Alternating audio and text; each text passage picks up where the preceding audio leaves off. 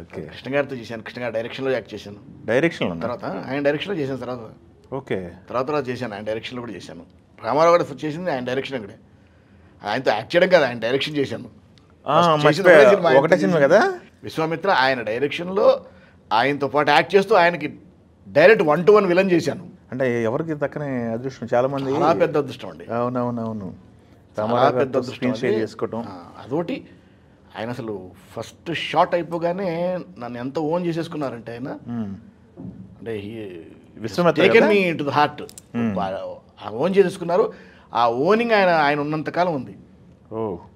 Okay. And ఆయనతో నేను కలిసిన ప్రతి మీటింగ్ అనుకుంటాను, ఐ థింక్ నా లైఫ్లో సువర్ణాక్షరం లిఖితం అది. ప్రతి మీటింగు ఒక ఏమంటారు, ఒక అనుభవం నాకు. ఆయనతో కలిసిన ప్రతి మీటింగ్ ఒక అనుభవమే నాకు. సువర్ణ అవకాశం మీ తలుపు ఎలా తట్టింది? అదే తలుపు తట్టింది అంతే. అది తలుపు తట్టి వచ్చింది అంతే. పరిచయం లేదు కదా ఎంత అసలు. అదే ఫస్ట్ టైం ఆయన కలవడం నేను. నా లైఫ్లో ఆయన చూడడమే ఫస్ట్ టైం నేను.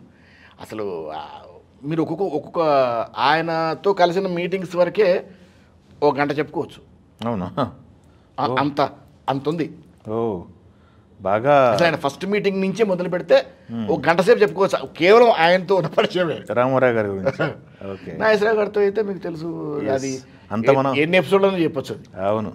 అంత గంట సేపు కాకపోయినా రామారావు గారిలో మీరు అబ్జర్వ్ చేసిన కొన్ని క్వాలిటీస్ చెప్పమంటే ఏం చెప్తారు? గ్రేట్ మ్యాన్ అండి. కొన్ని క్వాలిటీస్ ఏంటి, హీస్ మ్యాన్ ఆఫ్ క్వాలిటీస్. 1, 2 అని కొన్ని చెప్పలేము, కొన్ని ఇన్ని అని చెప్పలేము. Man of qualities. నటుడిగా, మనిషిగా, అసలు అన్ని విధాల. అలా నేను సీనియర్స్ చూశాను కదండి, సీనియర్ ఆర్టిస్టులు అంతా.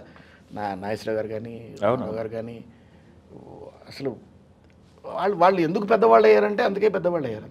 ఎందుకు అంత పెరిగారంటే దే హ్యావ్ దట్ క్వాలిటీస్. అది ఉంది కనుకనే వచ్చి అంత వాళ్ళు అయ్యారు వాళ్ళు.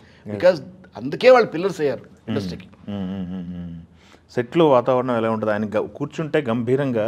రామారావు గారి సెట్లో మీకు కూర్చుంటే ఇదేమంటారు, మనం కంటోన్ మెటీరియనే. అయ్యో సైలెన్స్, పిన్ డ్రాప్ సైలెన్స్. కోపడ్డ సందర్భాలు ఉన్నాయి ఆయన.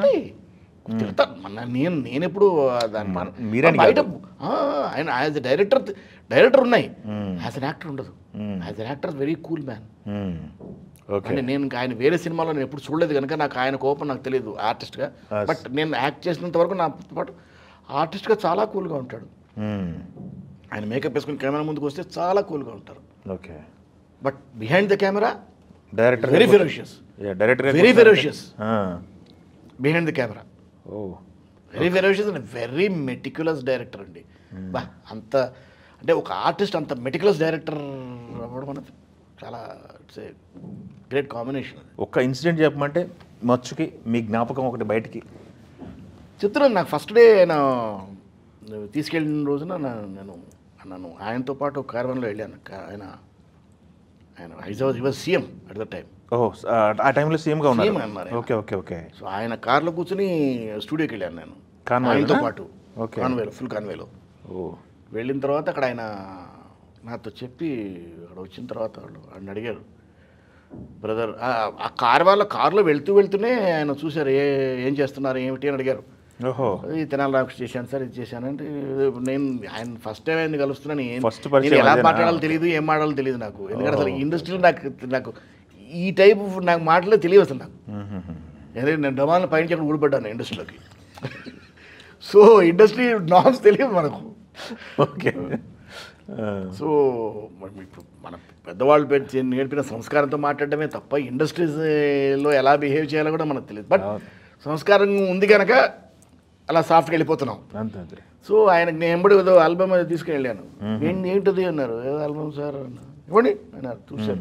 చూస్తుంటే నా భోజరాజ్ కథలు, భట్టి ఇవన్నీ కనపడుతున్నాయి, గెటప్లు అన్నీ కనపడుతుంటాయి. ఏంటిది ముందు ఫస్ట్ తెనాలి రామకృష్ణ వచ్చింది. ఏంటి మా బ్రదర్ వేసిన వేషం వేస్తారా మీరు? Very good. నాగేశ్వరరావు గారు వెరీ గుడ్ అని పక్కన భట్టి ఇదేమిటి మీరు మాలాగా ఆల్రౌండర్ ఉన్నారేంటి అన్నాడు. ఈ లోపల సోషల్ గెటప్స్ అన్నీ చూసారు. అంటే 2-3 చూసేసి ఇచ్చాడు.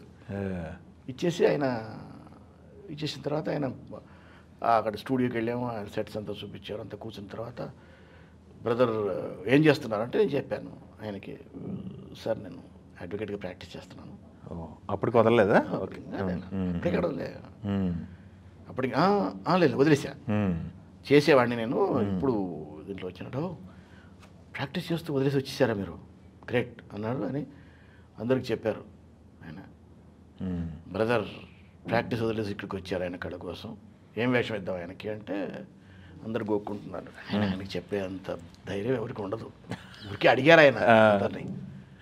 అడిగితే అది అంటే అంటున్నారు, అంటే ఇంద్రుడు వేద్దాం ఎలా ఉంటుంది అని అడిగారు ఆయన. అంటే ఎవరో అన్నారు, అంటే హైటు మీకు హైటు ఆయన అని అడిగారు. అంటే అతను ఇంద్రుడు అంటే ఆయన విశ్వామిత్రుడికి 1-1 కదా, వెళ్ళి నెగిటివ్, స్ట్రేట్ నెగిటివ్. ఆయన ఏం హైట్ ఏమి, కింద హైట్ చెప్పలేద్దాం, పైన పెద్ద కిరీటం పెడదాం, ఆయన వస్తారు హైట్ అన్నాడు ఆయన. సూపర్. అంటే ఆయన ఫిక్స్ అయిపోయాడు ఆల్రెడీ, చూడగానే ఫిక్స్ అయిపోయారు ఆయన. అంటే ఇంకేం ఎవరు మాట్లాడడానికి ఏం లేదు కదా. అంతే కదా.